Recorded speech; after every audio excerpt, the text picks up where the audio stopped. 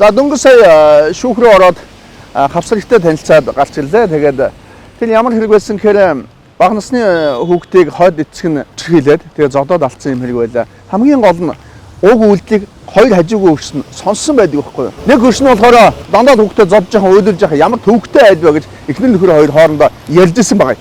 Нөгөө өршин болохоор 10-ийн сургуулийн том ангийн хоёр ах тэгээд бага ангийн нэг дүүтэйгээ гуруулаа байсан байгаа. Тэгээ бас хүүхдээ зодож байгаа уйлаа майлаа болж байгаа бодиоч аваа гэж байгаа тэр бүх зүйлийг сонссон байгаа. Гэхдээ цагдаад мэдэгдээгүй. Эндээс би юу хэлэх гэсэн гэхээр би хэргийн тухай ярих гэсэнгүү тэр этгээд ялаа аваад явах нь тодорхой. Хамгийн гол нь миний хэлэх гэсэн зүйл гэхээр монголчууд яагаад ийм аминчин юм бэ? Би л өшөөл хамаагүй. Би л хохироогүй зүгээр надад хамаагүй гэсэн ийм сэтгэлгээтэй байдаг юм бэ. Одоо энийгээ бид нар болмоор байна шүү дээ. Эн чинь бидний үр хүүхэд үлдэх нийгэм байгаа байхгүй юу? Хэрвээ тэр хоёр айлын дөрвөн хүн хүүхдээ зодж байгааг сонсоод ааван болиоч гэдгийг сонсоод цагдаад мэдгдсэн бол тэр бяцхан зүрх амьд байх байсан байхгүй юу? Тэр хойд аавын үйлдэлийг дасан зогсоод яг тэр үйлдэл нь хүчирхийлэх гэсэн үйлдэлт нь завдалтынх нь үйлдэлт нь тэр 10-20 жилийн ялын нөгөөд явуулах хэрэгтэй байсан байхгүй нийгмээс тусгаарлах хэрэгтэй байсан л байхгүй юу? Ийм сэтгэл гарахгүй байгаад би эмзэглээд байгаа байхгүй юу? Миний л хүүхд зүгээр байвал болоо. Эсвэл би өөрийнхөө л хүүхдийг гадаа дотоод сургууль сургая.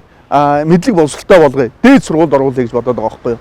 Гэтэл үгүй шүү дээ. Бид нар нийгмээ засахгүй бол таны тэр хайрлаж нандинж өсгсөн үр хүүхд чинь сургууль соёл явуулж боловсрол эзэмшсэн хүн чинь хүн араатнуудын дунд явах байхгүй юу? Хүнтэй танилцсан гэсэн нүрээ нуусан араатан тэр нөхөр тэнд явж байгаа байхгүй юу? Тийм учраас бид нар энэ нийгмийг цэвэрлэх ёстой байхгүй юу? Түүний тулд гэмтрийг зөрчлийг бид нар мэдээлдэг баймаар байгаа. Надад хамаагүй гэж хайдгүй баймаар байна. Төр засагдсан анхаарал хандуулж нийгмээрээ үнэтэй тэмцдэг ийм нийгмийн сэтгэл зүйг бид нар бий болгомоор байна. Яагаад бид нар өнөөдөр нийгмээрээ гэмтрийг зөрчилтэй тэмцэж болдгоо юм бэ? Яагаад мэдээлж болдгоо? Өнөөдөр өрөөндөө сууж байгаа шүүх прокурор цагдаагийнхан за магадгүй гудамжаар алхаж байгаа эргүүлийн үр гүйсгэж байгаа албаа хаагчид тэр байгууллага дотор гэр дотор хашаан дотор орчин дотор юу болж байгааг мэдэх боломжгүй мэдээллийн тусламжтайгаар л очдог. Тэгээд яадгүй үйлдэгцэн он болоод өнгөрсөн он очдог байхгүй юу? Тэгвэл яг хажууд нь энэ гэмтрийг үйлдэгж яхад энэ зөрчил үйлдэгж яхад яг хажууд нь байгаа тэр хүн яагаад уц зохиод хэлж болдгүй. Бид энийг л хиймээр байна. Ингэж л нийгмийг бид нар өөрчлөмөр. Энэ том асуудал биш байхгүй юу? Зүгээр сэтгэлгээний асуудал шүү дээ. Монголчууд ярьдаг одоо би л болж байвал болоо.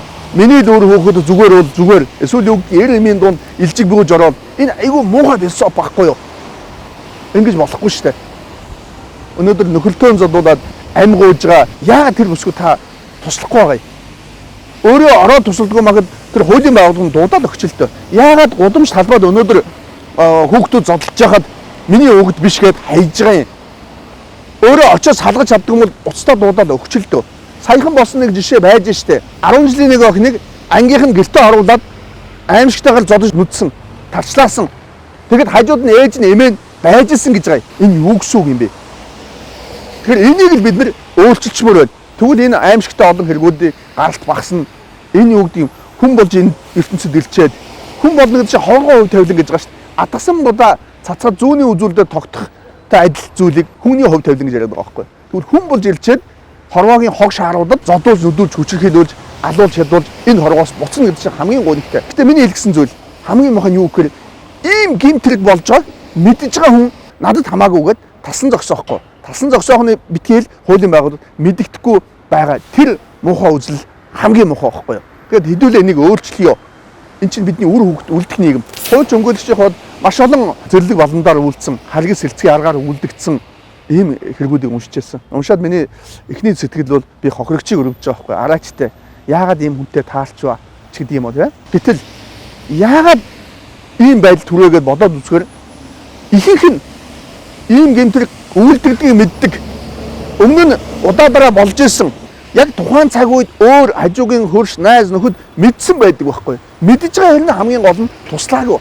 Туслах нь битгийл хуулийн байгууллагад мэдээлээгүй ийм л үйлдэл байгаа байхгүй. Хэрвээ тэд мэдүүлсэн бол ийм гэмтрэг гараач үгүй ч. Тэгэхээр одоо ийм л сэтгэл төрж байна. Тэгээ хуулийн байгууллагад хандаж хэлэхэд нийгмийн сэтгэл зүйг өөрчлөх нөлөөлийн аян явуулмаар байна. Хууль тогтоогчдод хандаж хэлэхэд энэ хуулиндаа өөрчлөлт оруулаа. Өнөөдөр гэмтрийн үл мэдээлсэн хүнд оногдол ял шийтгэлийг тодорхой болгомоор байна шүү дээ.